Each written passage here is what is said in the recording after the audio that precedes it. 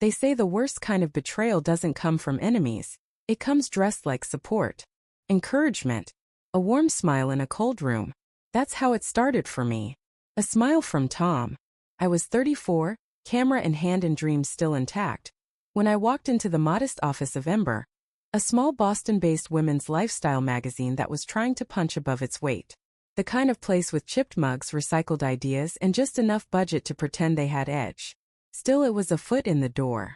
And for someone like me, attractive, yes, but more importantly experienced and creatively hungry, that mattered.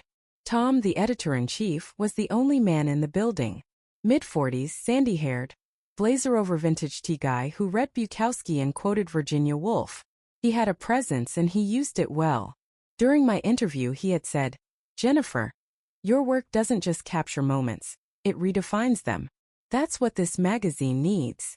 I should have seen it coming. Praise like that doesn't come without a price tag. The first few weeks were golden. I got my bylines. I shot covers. I was even invited to weigh in on the spring editorial theme. Something about reclaiming softness as strength. Tom clapped me on the back during meetings. "Finally," he'd say, "someone who understands light." It was flattering, sure, but it made me a lightning rod. The other women, cool smiles, overly polite emails. At first, I chalked it up to workplace stiffness, but it didn't take long for the glitches to start. A drive of final selects from my shoot with the Boston Ballet went mysteriously missing. "Maybe you mislabeled it," said Aaron, the features editor, not meeting my eyes. My external hard drive, the one I'd brought from home, was found unplugged, corrupted. No one had touched it, of course. My calendar started emptying. Invites to key meetings disappeared. A lead on a story I pitched was assigned to someone else, no explanation. My name vanished from the byline. When I asked about it, Casey from Art just blinked. "Oh, I thought you were off that project." By month 3, I was being slowly erased in real time. I kept showing up. I kept smiling. But every morning it got a little harder to zip my jacket, walk through that glass door, and pretend like nothing was wrong. Gaslighting isn't always loud. Sometimes it's just 1,000 small dismissals until you start to wonder if you imagined your own talent. Then came the camera.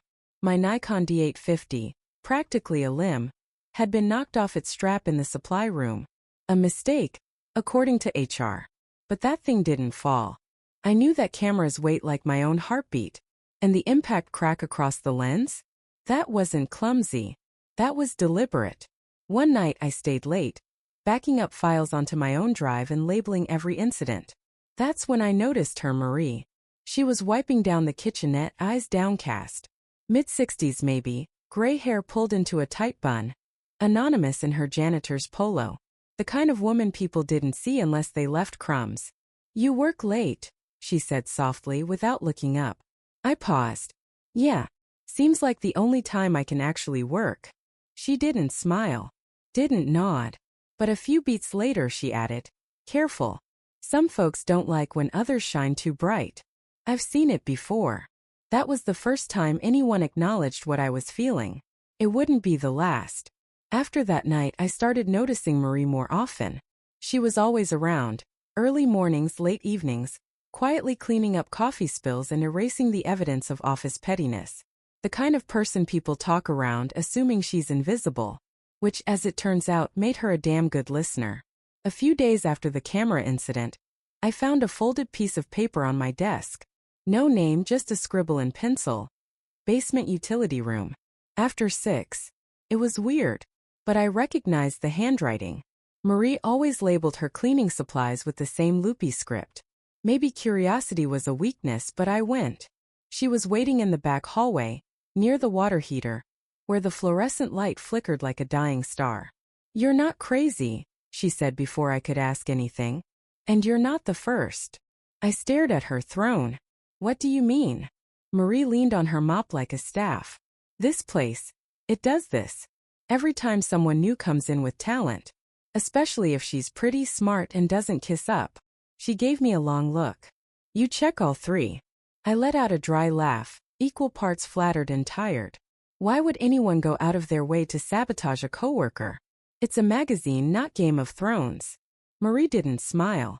"It's fear. Petty fear. People protect their scraps when they know they don't have what it takes. Then she told me about the last one. A junior designer named Kelsey who left sobbing one Friday afternoon. No goodbye email. Her photos disappeared too. Marie had overheard someone bragging about pushing her out before she could rise too far. That's when I decided. I wasn't going to be Kelsey. Marie and I started documenting. She found me an old tablet from the office supply closet, barely used, and we installed a recording app. We rigged it under the kitchenette counter, the printer station, even the hallway outside the editorial bullpen, all places where gossip simmered hottest. Meanwhile, I kept screenshots of calendar changes, of emails accidentally CCing me with insulting comments. One particularly bold gem from Aaron: Jennifer's ego won't last the quarter. Pretty girls always break. I started running data access logs too.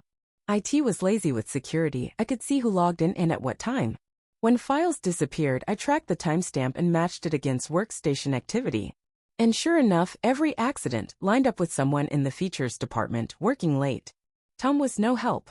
I tried flagging things gently in a one-on-one, and he gave me that half smile that felt less like empathy and more like, "Please don't make me deal with this." "I just think you're shaking things up," he said once, tapping the side of his mug. Which is good. Growing pains are normal. Right.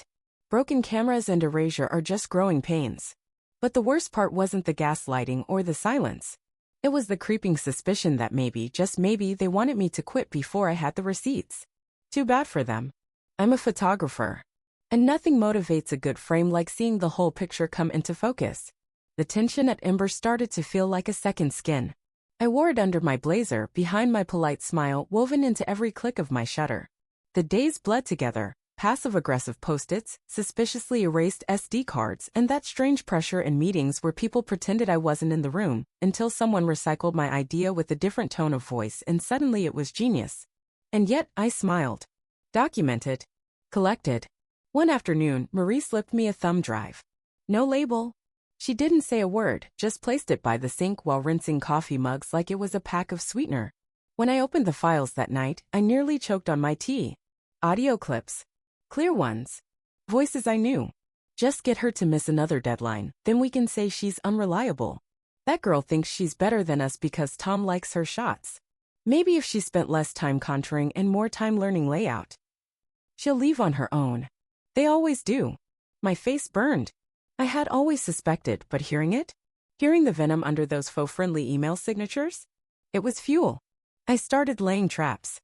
I'd save files in decoy folders, plant test projects, and back up real work to encrypted cloud accounts. When things mysteriously vanished, I just smiled and forwarded the backups. It threw them off. You could feel it, the way they'd glance at each other in meetings, confused when their sabotage didn't stick. Tom, meanwhile, stayed charming and oblivious. Or maybe just willfully ignorant. Office culture is tricky, he told me over coffee one day, when I brought up the mounting incidents again. You're shaking up old rhythms. That's bound to ruffle feathers. I didn't need metaphors. I needed allies. Or so I thought. But what Tom said next stuck with me. You're talented, Jennifer. I'd hate to see this place burn you out. Burn me out. Not fix it. Just let the fire finish the job. That's when I stopped hoping for rescue. Instead, I took Marie's suggestion. If HR won't listen, she said one night while we scrubbed the microwave together, you go to people who will. We drafted a blog post. Not a rant. Not a hit piece. Anonymized. Professional. Clinical even. Just the facts, quotes, screenshots, access logs, a timeline, and a pattern. We posted it to a closed forum frequented by media professionals, editors, freelancers, industry veterans. The kind of people who knew how to read between the lines. The post was titled, How a Women's Magazine Quietly Bleeds Out Its Best Talent. It wasn't viral. Not right away. But the next morning, two things happened. The post hit 3,000 views before noon. Tom didn't show up to work. By 2 p.m., HR sent out a company-wide memo. They were opening an internal review. The silence after that wasn't peace. It was the eye of the storm. And I had the receipts. The office didn't explode. It twitched like something had short-circuited. Slack went quiet. The kitchen fridge, normally a gossip buzzing beehive, was barren. Even Erin, who usually strutted in late and loud, sat stiffly at her desk with headphones on but no music playing. No one looked at me. Not even a side eye. HR had issued their memo in carefully vague language. We take workplace concerns seriously. An internal assessment will begin immediately. Corporate theater at its finest. But the energy had shifted. Everyone was waiting for the axe, they just didn't know whose neck it hovered over. By Thursday, I got an anonymous email from a burner account. They're scared. Good. Keep pushing. You're not the first one they tried to ruin. Attached was a screenshot of a group text. Casey, we can't all be on the same calls, RN. Just pretend like you're shocked. Aaron, delete anything you wouldn't want public. She's clearly documenting. Someone named Becca I didn't even know existed. Tom's ghosting. Typical. Tom still hadn't returned. Rumor was the board had called him into an emergency meeting. Not because of the blog post directly, but because it was working. People were talking. Screenshots were circulating beyond Ember. A former staff writer from Bold Inc. Weekly reposted it, commenting, I left this place 3 years ago and nothing has changed. Soon, former interns, photographers, even a printer tech chimed in with similar stories, mysteriously, missing files, icy meetings, gaslighting. A snowball made of whispered truths started barreling downhill. HR called me in for a formal interview the next day. 2 suits, a legal pad, and a recorder. We'd like to give you a chance to share your experience, said one. Her smile was thin.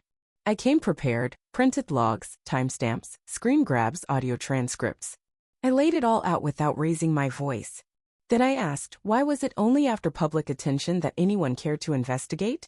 They didn't have an answer. I didn't expect one. But the best moment came when they asked if I wanted mediation. I'm not looking for apologies, I said. I'm looking for accountability. And a clean break. Because yeah, I had already started apartment hunting. And lease shopping. And business planning. Marie had been the one to plant the idea over egg salad and vending machine coffee in the break room. You're wasting your light here, she said, rinsing out her thermos. You've got the skill. You've got the eye. Why not build something of your own? It hit me harder than I expected. Because for the first time in weeks, someone wasn't telling me to endure, they were telling me to begin. I'd been collecting evidence to fight back. Now I was also building a way out. Things moved fast after the HR interview, not publicly but behind the scenes. You could feel the foundation of the place shifting, like the building itself was bracing for something. 2 women from HR resigned voluntarily that week. No goodbye emails. No send-off cupcakes. Just suddenly, gone. Aaron stopped showing up to work. Casey started working remotely due to a family emergency. Becca, Mystery Becca, got quietly removed from the masthead altogether. And then, like the final domino, Tom walked into the office on a Monday looking like he hadn't slept in a week. He didn't say a word to me. Not even a nod. Just locked himself in his office for 2 days straight before resigning to explore creative opportunities. Which we all knew meant he'd been told to walk or be pushed. The official announcement came from the board chair. We thank Tom for his contributions and wish him well. No one clapped. By then, my blog post had over 80,000 views. A few well-known media professionals had even shared it, adding their own horror stories. A journalism ethics podcast reached out to me anonymously, asking for an interview. I declined. The story wasn't about fame. It was about survival. When the investigation concluded, it was swift and quiet. 3 terminations. 2 demotions. A mandatory harassment and ethics workshop for the remaining staff. HR offered me a formal apology, one that had clearly been combed through by legal. I thanked them and turned it down. Because I was already packing. I didn't wait for them to find a role better suited to my talents, or whatever PR spin they'd slap on it. I left a 2-week notice, shook hands with the decent ones, and walked out without looking back. I'd spent 5 months dodging knives with smiles carved into them. I owed no one grace but myself. Marie was waiting by the elevator as I left. Still think I'm crazy for keeping dirt on people? She said with that quiet, amused smirk. No, I laughed. You're the only sane one in this place. She handed me a brown paper lunch bag. Inside, a Tupperware of her famous egg salad and a folded note that just said, Office Manager? I blinked at her. You serious? Deadly, she said. You open a studio, you're gonna need someone who knows how to keep the gears running. I didn't cry, but I smiled so hard it hurt. And that night, I signed the lease on a brick-walled second-floor studio near the seaport. Big windows. Natural light. Quiet. I didn't just leave Ember. I took the fire with me. The new studio smelled like old varnish and dust, the kind of scent that clung to the windowsills and told you this building had a story before you came along. That felt right. I spent my first week there scrubbing the floor myself, sanding down old furniture I'd found on Craigslist, and stringing fairy lights across the beamline ceiling. It wasn't fancy, no exposed pipes or curated succulents, but it was mine. I painted one wall matte charcoal, perfect for portrait work. Set up a corner with daylight reflectors for product shoots. Built a modest editing desk with second-hand gear. It wasn't glamorous, but every inch of it whispered freedom. Marie showed up on day 4 with a clipboard and a literal Rolodex. No spreadsheets. I asked, raising an eyebrow. She snorted. I don't trust the cloud. My system survived Y2K. Can yours say the same? She was half joking, but damn if that woman didn't have half of Boston's small business scene on speed dial. Need a local baker for a shoot? Marie had 3. Need to rent a crane light last minute? She had a guy. Turns out years of cleaning offices and being invisible gave her an uncanny ability to listen. And she remembered everything. By week 3, I had my first real client. A sustainable clothing brand run by 2 ex-graphic designers who loved my post. You get mood, they said. Everyone else shoots our stuff like it's for a catalog. You make it look like someone wants to wear it. I started booking up fast. Word of mouth. A little Instagram traction. A small feature on a local creative blog. Nothing flashy, just honest work, good light, and people who saw me for what I was. Then one afternoon 3 months in, I got an email from someone with a name I hadn't thought about in a while.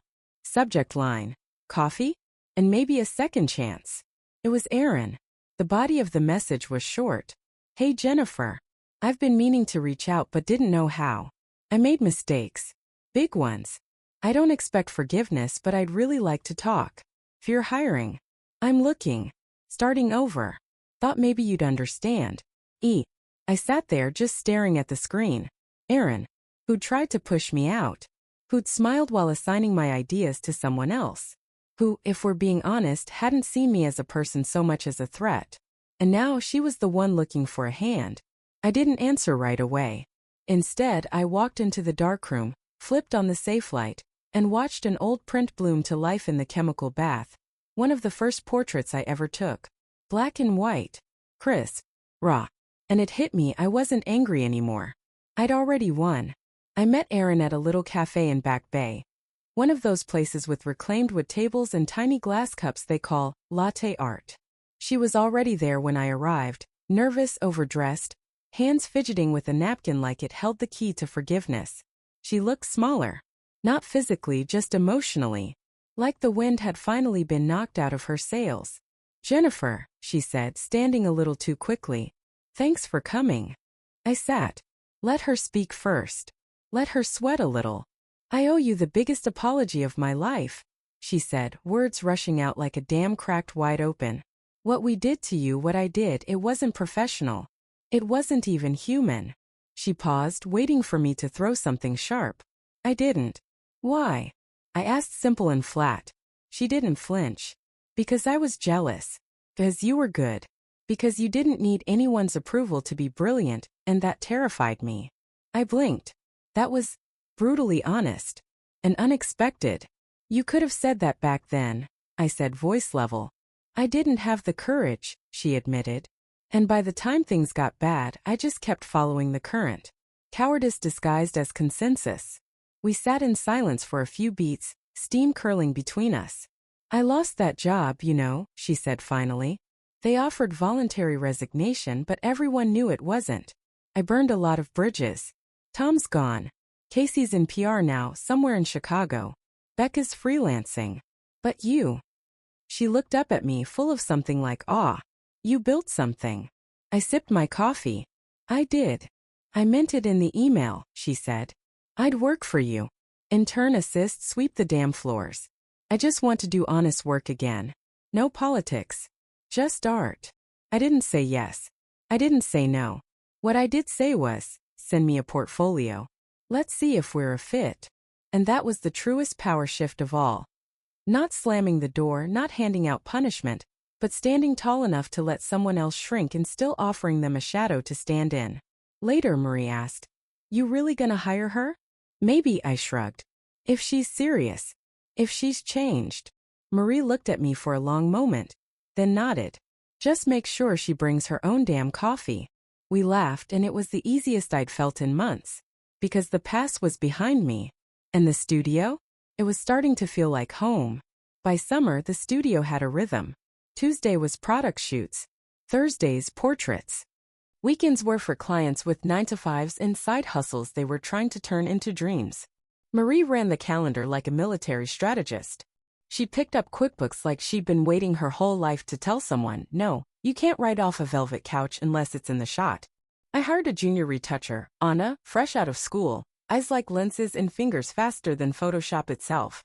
Erin eventually did send a portfolio. And it was good. Better than I expected, honestly. Crisp lighting. Clean styling. She'd grown. But I still made her wait. I sent her 2 test shoots first. Paid, of course. Dignity was currency in my world now.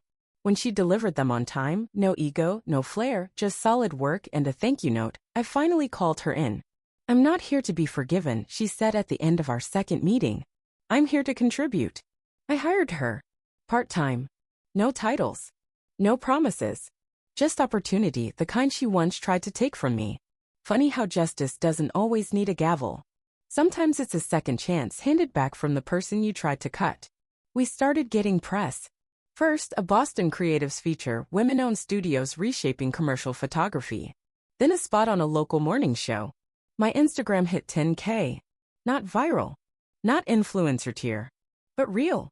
Organic. Clients started flying in. Small brands from New York. A wellness podcast that needed a rebrand.